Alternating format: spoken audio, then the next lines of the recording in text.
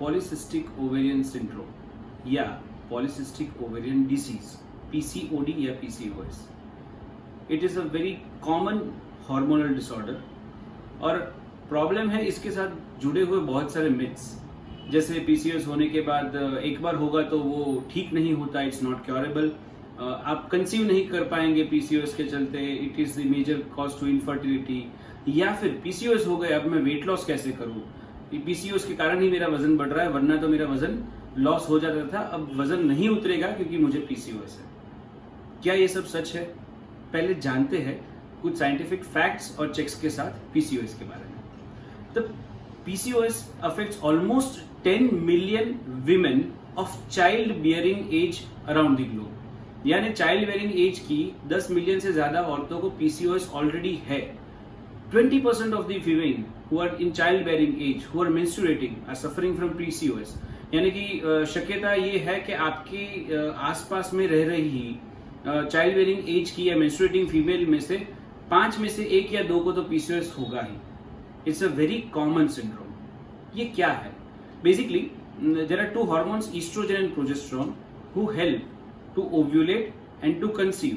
जो menstruation cycle है उनमें इन दोनों का बहुत ही इंपॉर्टेंट रोल है and that helps in to conception and child bearing both. अब जब ये हार्मोन की मात्रा ऊपर नीचे होती है तो क्या होता है कि हर महीने जो बीज बनता है, जो ओवम बनता है, उसकी क्वालिटी थोड़ी बिगड़ती है and quantity increase, they become many in number in place of 1 or 2 और फ्यू गुड सिस्ट्स। इसलिए इसे कहते हैं पॉलीसिस्ट, बहुत सारे सिस्ट्स।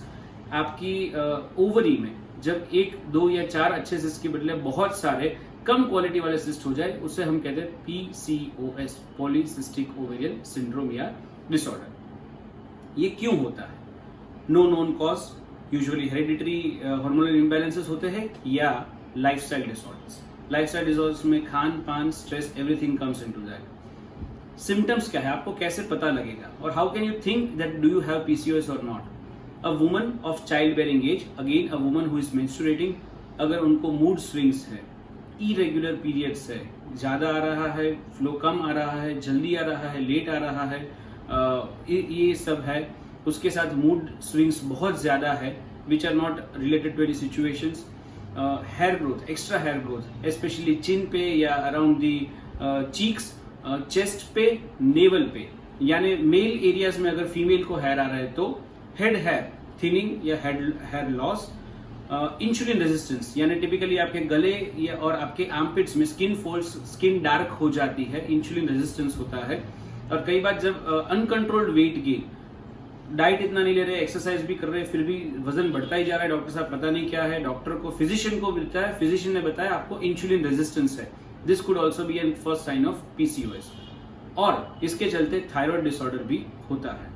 तो ये सारे में से कोई भी सिम्टम्स हो तो you can come to us, come to a doctor, जो क्लिनिकली वेरीफाई करेंगे कि ये पीसीओएस के सिम्टम्स है, और जरूरत करने पर कंफर्मेटरी एक सोनोग्राफी यानी यूएसजी टेस्ट करवाएंगे, जहां कि आपके ओवरी में बहुत सारे सिस्ट पाए जाएंगे। That would be the confirmatory part for the PCOS. इतना हो गया पीसीओएस हमने समझा, अब क्या कर सकते हैं इसके लिए? तो one of the common thing which people choose is HRT, hormone replacement therapies. They go to gynaecologist and they prescribe hormones, यानी सारी भाषा में अगर कहना चाहे तो आपकी ओरल कॉन्ट्रासेप्टिव पिल्स, जो आप 25 दिन लेंगे, जैसे ही बंद करेंगे you will start menstruating and the female will feel good about it कि देखो ये मेंस्ट्रुएशन आ गया, जैसे ही दवाई बंद की और मेरे पीरियड्स रेगुलर हो गए। इसके साथ साथ हाँ, पीसीओएस का एक और सिम्टम एक्ने के, अनकंट्रोल्ड एक्नी या अचानक से एक्नी होने लगना, वो भी एक पीसीओएस का सिम्टम है। जैसे ही आप ईस्ट्रोजन प्रोजेस्टेरोन लेंगे एक्नी चले जाएंगे and the female is happy, the family is happy. But the problem is you are not menstruating naturally.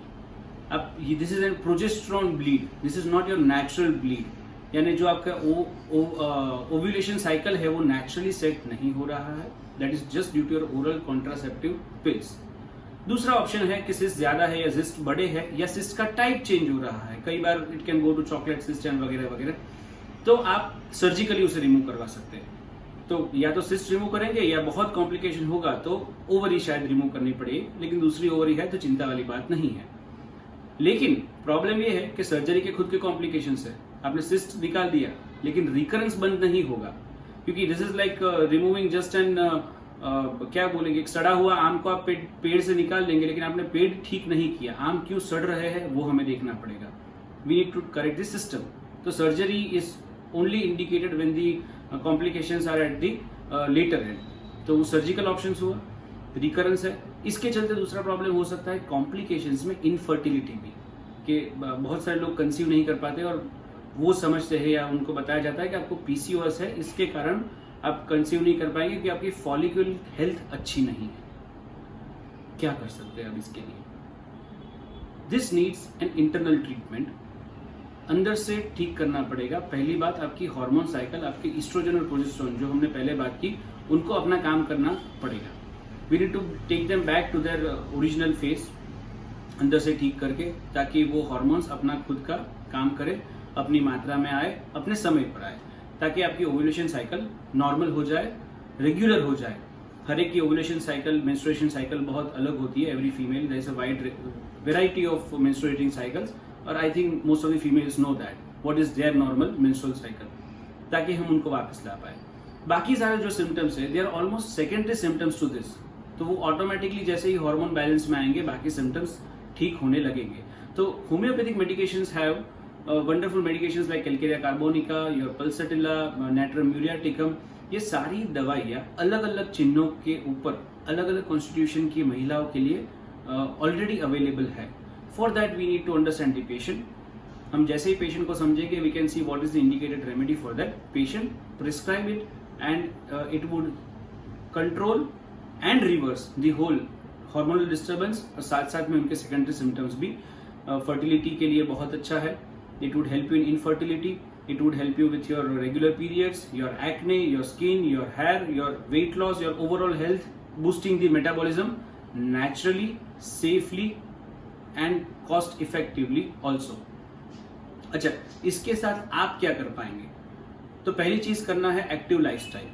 कोई भी लाइफस्टाइल डिसऑर्डर हो, उसमें एक्टिव लाइफस्टाइल बहुत इंपॉर्टेंट है. एक्टिव लाइफस्टाइल माने एक्सरसाइज तो करनी ही है. 30 to 40 minutes of active exercises, walking, jogging, swimming, skipping, cycling, yoga, pranayama. इसके साथ पूरे दिन भी एक्टिव रहना है. ऐसा नहीं है कई बार कि जिम जाकर आए और फिर पूरे दिन लेटे रहे सोफे में, you ask the maid to get a glass of water for you. Don't do that. Active lifestyle means do everything on your own. Fetch your glass of water on your own, do things on your own, keep moving on the whole day. So both are important. A focused 40-minute workout in a day plus active lifestyle, dono. And second part is your food.